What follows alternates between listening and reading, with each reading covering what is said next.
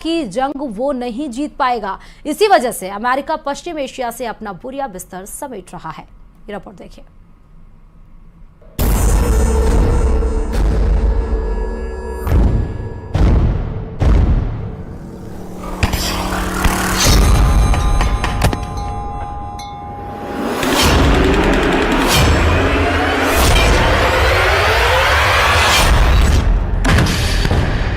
Iran के war game का पूरा प्लान सामने आ गया है।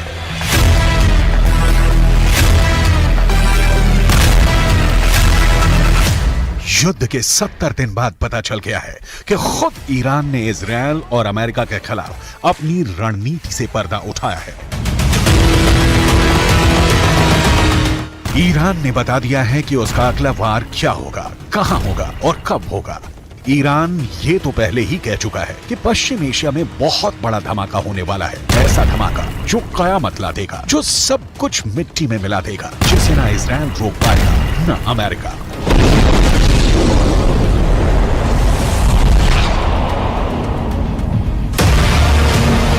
पर अब ईरान ने जो कहा है उसने अमेरिका और इजरायल की सांस हलक मिला दी है। ईरान की सेना की ब्रांच IRGC यानी इस्लामिक रिवॉल्यूशनरी गार्ड कोर के प्रमुख ने पूरी दुनिया के सामने सीना ठोक कर साफ साफ कहा है कि गाजा की लड़ाई तो बहुत छोटी है। ईरान का मकसद इजरायल को बहुत बड़ी जंग में घसीटने का है। इतनी बड़ी और पेचीदा जंग जिससे इजरायल और उसका दोस्त अमेरिका जितना बाहर निकलने की कोशिश करें उतना ही दलदल की तरफ फंसते चले जाएं।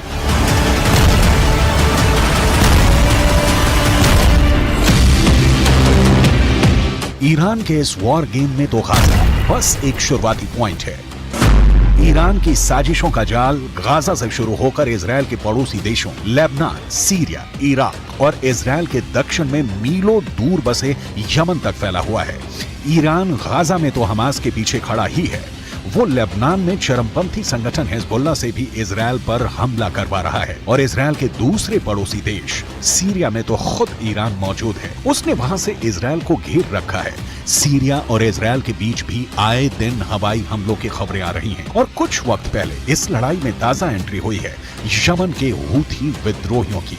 अमेरिका ने अपने एयरक्राफ्ट कैरियर, लड़ाकू विमान और मिसाइल डिफेंस सिस्टम पश्चिम एशिया में तैनात किए तो ईरान ने यमन में अपने समर्थन वाले हूथी विद्रोहियों को इजरायल के पीछे छोड़ दिया।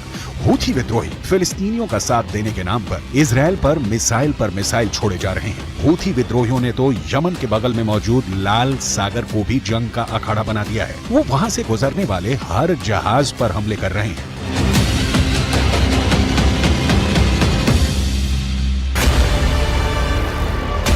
हूथी विद्रोहियों ने कसम खाई है कि जब तक इजरायल गाजा में शांत नहीं होगा तब तक लाल सागर से उसका एक जहाज नहीं निकलेगा। हूथी लड़ाके लाल सागर में इतने हमले कर रहे हैं कि खौफ के मारे जहाज कंपनियों ने वो रूट पकड़ने से ही तौबा कर ली है।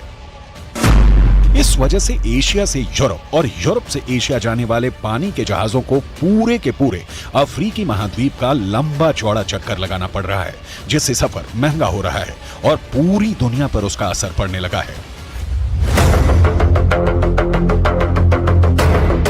इसलिए अमेरिका और ब्रिटेन जैसे उसके दोस्तों को लाल सागर की पहरेदारी करनी पड़ रही है। हूथी विद्रोहियों से लड़ने के लिए उन्हें अपने जंगी जहाज समंदर में उतारने पड़े हैं और एक दिन पहले तो हूथी विद्रोहियों ने ड्रोन से ऐसे ताबड़तोड़ हमले किए कि अमेरिका और ब्रिटेन ने लाल सागर में 15 ड्रोन मार गिराए। तो क्या ईरान की चाल में फंस गए हैं अमेरिका और इजरायल? अमेरिका और इजरायल अपने ताकतवर हथियारों और पैसे के दम पर गाजा की जंग लड़ रहे हैं, मगर ईरान की IRGC के हेड मेजर जनरल हुसैन सलामी ने दो टूक कहा कि पश्चिम एशिया की जंग ना पैसों से जीती जा सकती है ना हथियारों से।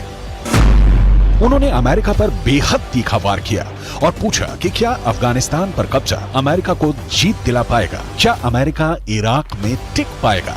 क्या अमेरिका सीरिया में जीत पाया या उसने वहां सिर्फ पैसा पानी की तरह बहाया? क्या अमेरिका करोड़ों डॉलर खर्च करके लेबनान या यमन में कुछ हासिल कर पाया या फिर उसे हार कर मैदान छोड़ना पड़ा?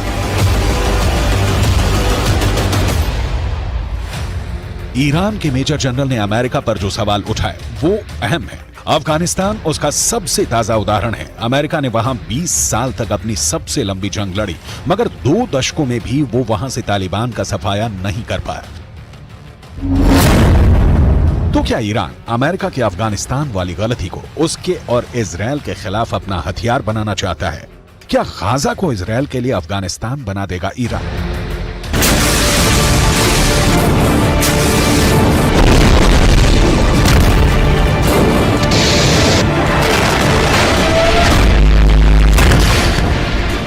क्या ईरान इजराइल का वही हश्र करने वाला है जो इराक, अफगानिस्तान और सीरिया में अमेरिका का हुआ?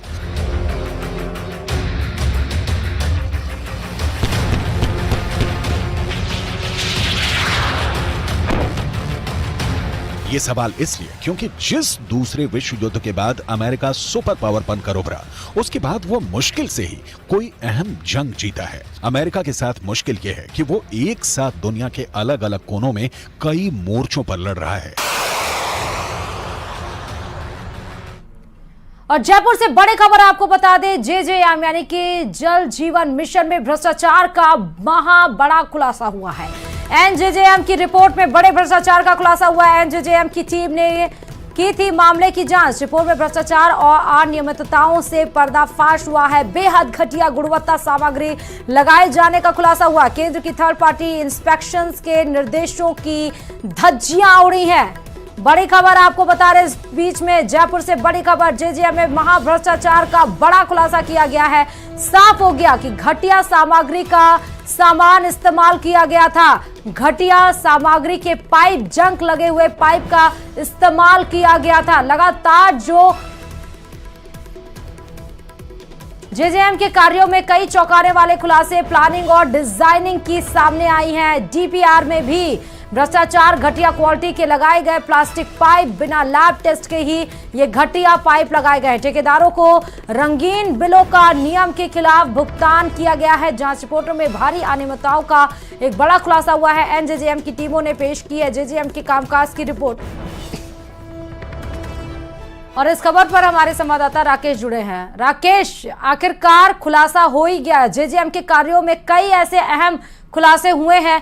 एक महाभ्रष्टाचार का पोल अब सामने आ गया है। राकेश, बिल्कुल, देखिए जिस तरीके से न्यूज 18 लगातार जल जीवन मिशन में भ्रष्टाचार के मामले उजागर करता रहा है, उसके बाद राष्ट्रीय जल जीवन मिशन जो केंद्र सरकार की एक बहुत बड़ी एजेंसी है, उसने इस जल जीवन मिशन के कार्यों की समीक्षा की है और जो रिपोर्ट आई है वो बेहद चौंकाने वाली है। क्योंकि पिछली सरकार ने राजस्थान में जो जल जीवन मिशन के कार्य करवाए गए हैं, उन कार्यों में बहुत बड़े पैमाने पर भ्रष्टाचार हुआ है। यहाँ तक कि जहाँ पर जो स्टील के पाइप लगने थे, उन पाइपों की जगह प्लास्टिक के पाइप लगाए गए। और चौंकाने वाली बात यह है कि इन प्लास्टिक के पाइपों की गुणवत्ता भी जांच नहीं की गई। हाँ। और रनिंग बिलों का ही ठेकेदारों को भुगतान कर दिया गया। यानी जहां पाइप, जो लोहे का पाइप लगभग 2 से 2.5 हजार रुपए का एक अगर पाइप माने हम, तो वो उस पाइप की जगह एक 150 रुपए का पाइप लगाया गया और उसकी जांच के बिना ही भुगतान किए गए। साथ ही जो एक हमेशा डिजाइन और जो अप्रूवल का जो एक कंसेप्ट होता है, ड्राइंग डिजाइन, उसकी बिना अप्रूवल के ही निर्माण कार्य शुरू किए गए।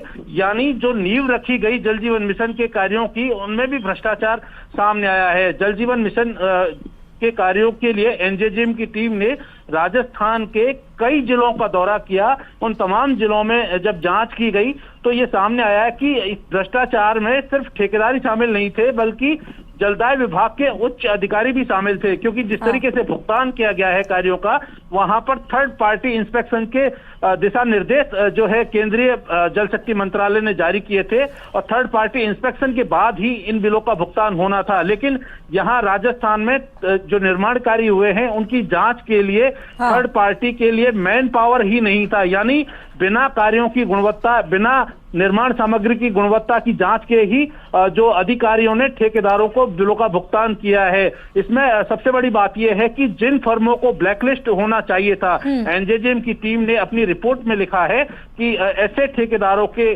को जो विभाग के अधिकारी और संबंधित एजेंसियां हैं, उन्होंने जो है कहीं ना कहीं बचाया है और उनके साथ उनकी मिलीभगत संलिप्तता भी सामने आई है। जो पाइप लगाए गए हैं, डीआई पाइप, और जो एचडीपी पाइप है उन पाइपों के लिए जो फैक्ट्री के दिशा निर्देश थे कि क्या कुछ वहां पर होना चाहिए था, किस तरह की गुणवत्ता मेंटेन करनी चाहिए थी, वो भी उन फैक्ट्रियों में नहीं पाई गई। तो लगाई गई निर्माण सामग्री में तो बिल्कुल ही नहीं पाई गई है। राकेश, यानी इसका मतलब ये है कि इतना बड़े सीमा पर भ्रष्टाचार और किया गया है और इसीलिए जब बारिश या मौसम खराब होता है तो जीवन लोगों के अस्त व्यस्त हो जाते हैं, सड़कों पर पानी जल भराव की समस्या आने लगती है।